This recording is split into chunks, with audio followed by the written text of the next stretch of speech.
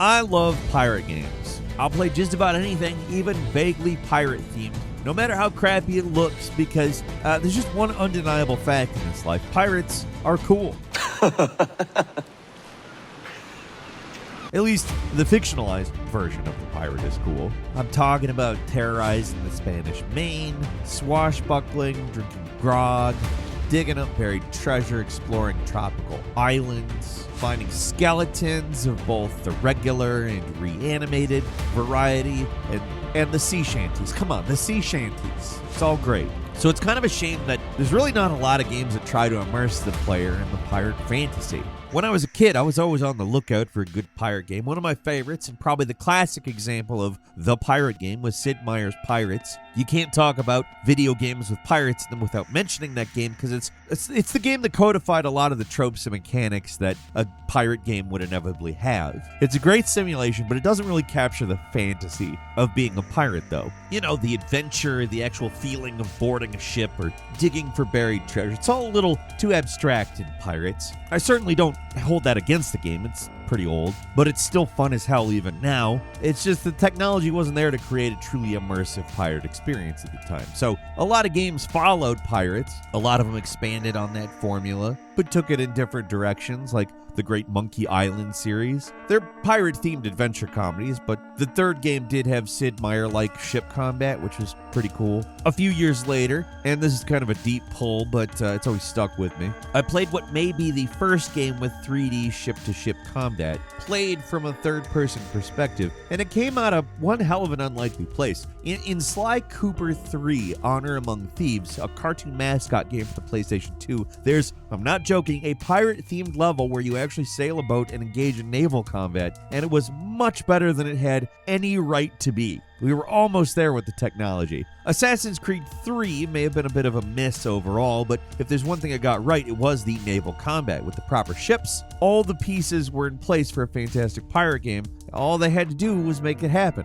Easier said than done, but Black Flag more than pulled it off. When it came out, it wasn't just a big improvement over the previous game. It may be one of the high watermarks of the entire series. Originally, it was thought of as kind of a spin-off, like how Assassin's Creed 2 got Brotherhood and Revelations. Ubisoft must have realized a good thing they had and officially announced the game as Assassin's Creed 4 Black Flag. It was the game a lot of pirate fans dreamed of, and a strong contender for the best pirate game ever. Even though it's now over 10 years old, which sounds crazy even saying it, this is an Assassin's Creed game that holds up. Right from the start, it's a very different take in the series. Instead of a long, drawn-out intro, Black Flag just gets straight into a short tutorial that introduces you to the game's protagonist, Edward Kenway. By this point, the series had fallen into a bit of a predictable rhythm with its prologues. You play as an outsider, experience their life up to a certain point, and then you stumble into some kind of a misfortune through circumstances, and you have to join the Brotherhood of Assassins.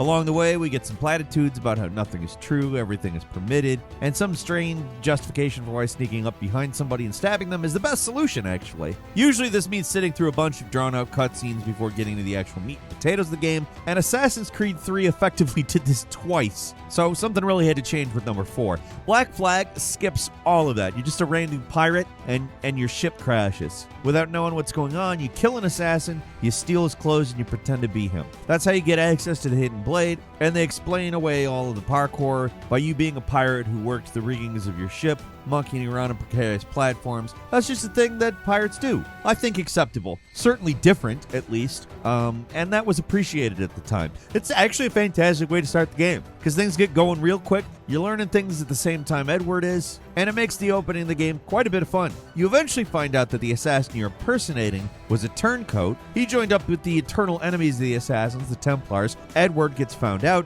and the game progresses from there. The Assassins versus Templar fight takes a refreshing backseat for most of this game, instead putting its focus on the creation and eventual dissolution of the pirate utopia of Nassau and the many famous pirates who were involved, like Jack Rackham, Charles Vane, Black Bart, and Blackbeard, among many others. The Assassin's Creed games often struggle with how they present history, but at least to me, Black Flag is probably one of the most successful. It's got a wide range of interesting historical figures who are both recognizable, but also fairly complex compared to the sometimes really real black and white villains and heroes you get sometime in this series. They're definitely whitewashing some stuff because they were all pretty much despicable killers. But this game has that anti-authority tone that works in its favor. It's not a dry presentation of history that sometimes does actually happen in the series. It's entertaining and legitimately interesting. The setting does a lot of the heavy lifting, to be fair. It's set in the Caribbean during the golden age of piracy in and around Cuba, the Bahamas, and Jamaica. It's one of the most beautiful locations of all time in an Assassin's Creed game, and it's a place that's just a joy to be in because it's almost always picturesque in some way. Gameplay is split between your standard Assassin's Creed stuff, where you're climbing buildings, sneaking around, dispatching enemies, and engaging in horribly one-sided fights.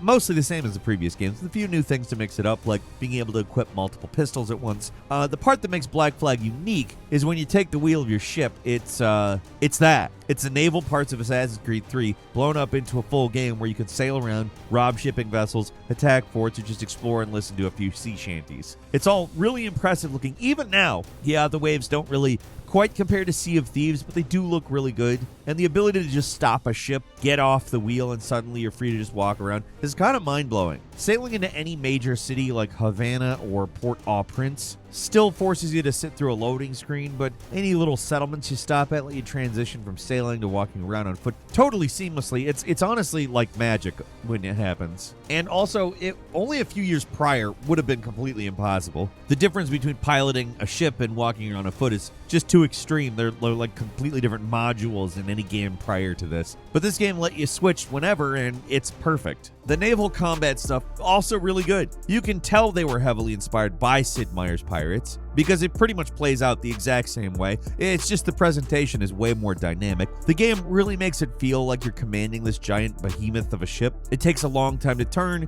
It can only fire its main battery of cannon from the port and starboard, or left and right if you're not hip to the naval lingo. It adds a layer of tactical depth to the combat, because positioning is key. You have to be at the right spot and angle to hit your enemy, and if you miss, it's going to take a while to reload. So firing at the moment you get the perfect shot, it's essential. Make him big! Fire! If she tries to ram us, fire! She's weak as right there, Captain. Fire! Awaiting your mark, Captain. We'll be dashed on the rocks, sir. Careful, Captain. Fire! Fire! Reef the topsails and gallants. Fire! Through the forwards with the most fire! As much sail as you can.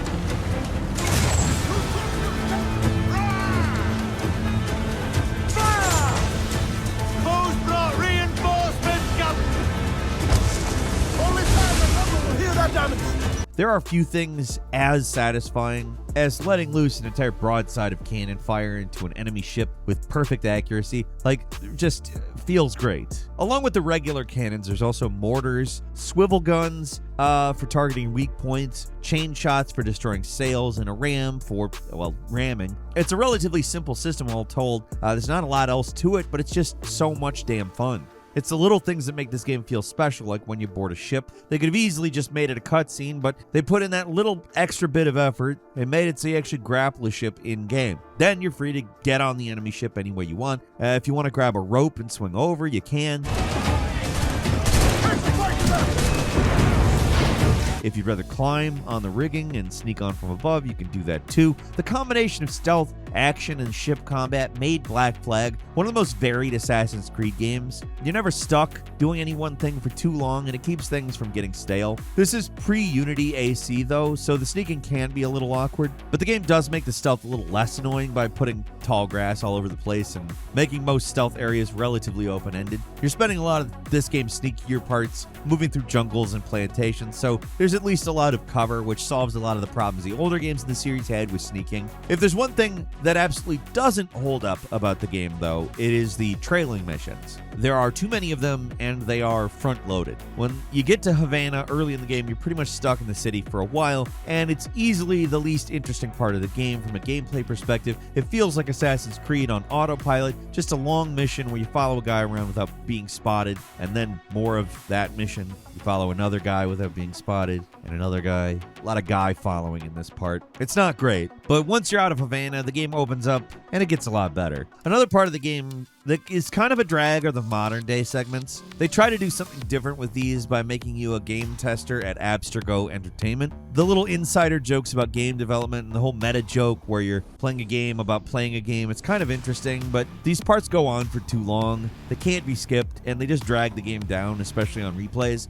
There's not a lot of it. You spend about 2 hours in the modern day compared to the Animus simulation, but it's 2 hours too long. I know complaining about the modern day segments in Assassin's Creed games is a little cliche, but there's a reason everybody does it. It was bad back then when it felt like there might actually be a point to all these segments, but it's especially bad now that we know there isn't one. None of the modern day stuff goes anywhere. All this stuff about the Sage and the instruments of the First Will, it goes nowhere. Sure, the Assassins versus Templars story ends up being the same old stuff, but at least in the past there's characters to care about. Edward is easily one of the best protagonists in this series, and the hidden bad guy is one of the best antagonists, even if he's tragically underutilized. At the end of the day, Black Flag is another kind of nothing story for the series, but as a pirate power fantasy, it does not get any better than this. I've only just scratched the surface of stuff you can do here too. Outside of combat, you can hunt animals for resources, search for buried treasure, explore underwater shipwrecks, do your best Ahab impression, and harpoon yourself a white whale.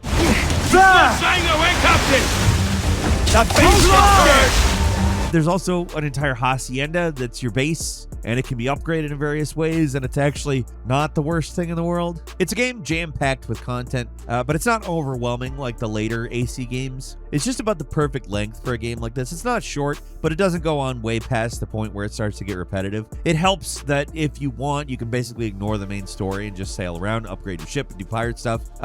When it gets to the Assassin's Creed lore, the game does lose a little bit of its luster, but that's honestly only a small portion of the game, so it's not a huge deal. It's all just a lot of fun to play, but it's the atmosphere that really keeps me coming back. Wandering on a colony, listening to parrots, the sound of ships at the port, while drunks are singing songs at the local tavern, is just a fun world to be in. Even now, the game is just regularly stunning to look at. The virtual tourism aspect of the game is top-notch, as is the music. If you're doing a pirate game, you gotta have that proper Pirates of the Caribbean sound, and this game knows its audience. It knows what the people want. Fire! Awaiting orders, sir! Fire! Yes, sir! Good shot could cripple her! Fire! Fire!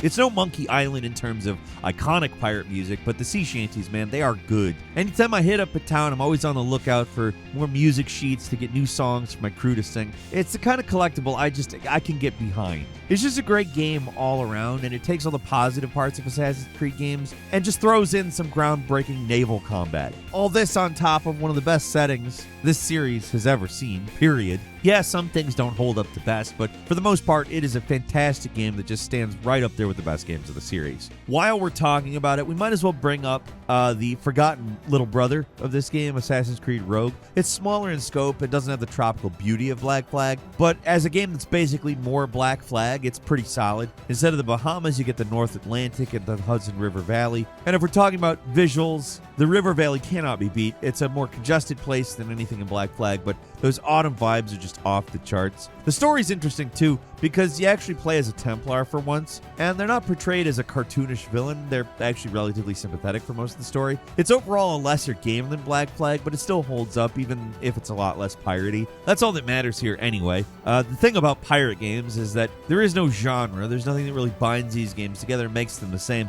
Sid Meier made a simulation game that's a pirate game. The Monkey Island games, they're adventures. Skies of Arcadia, it's a pirate game that's an RPG, and hell, so is Pillars of Eternity 2. The former JRPG, the latter not, but both were RPGs. Very different games, even within the same genre technically. There's no hard and fast definition on these games. It's one of those know it when you see it type situations though. In my mind, there's no other game that is as much of a pirate game as Black Flag is. It's got everything you could possibly want from a pirate experience, and some Assassin's Creed stuff tacked on too, but that doesn't really detract from the experience. It probably would have been a better pirate game without some of the Assassin's Creed stuff, and that's not a dunk on Assassin's Creed. I say that as a fan of the series. games. But this is the reason why, at least as a concept, Skull and Bones had so much potential. Imagine if they just did the thing everyone wanted and made a next-gen pirate game that was essentially Black Flag without the Assassin's Creed baggage. It could have been the pirate game to beat all pirate games. Instead, we got this dumb live service slop that's a strict downgrade from Black Flag in nearly every way. Even the ship combat isn't as good. How did they screw that up? These are the guys who created it.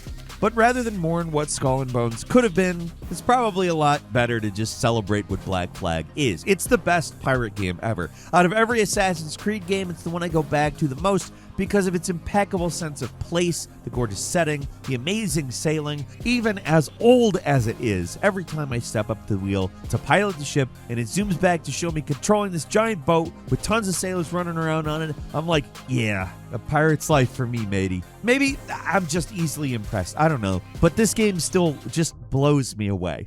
It's not looking good. Steady as she goes, man. All in the stunts. Round it all on. All sails loose and stay tight.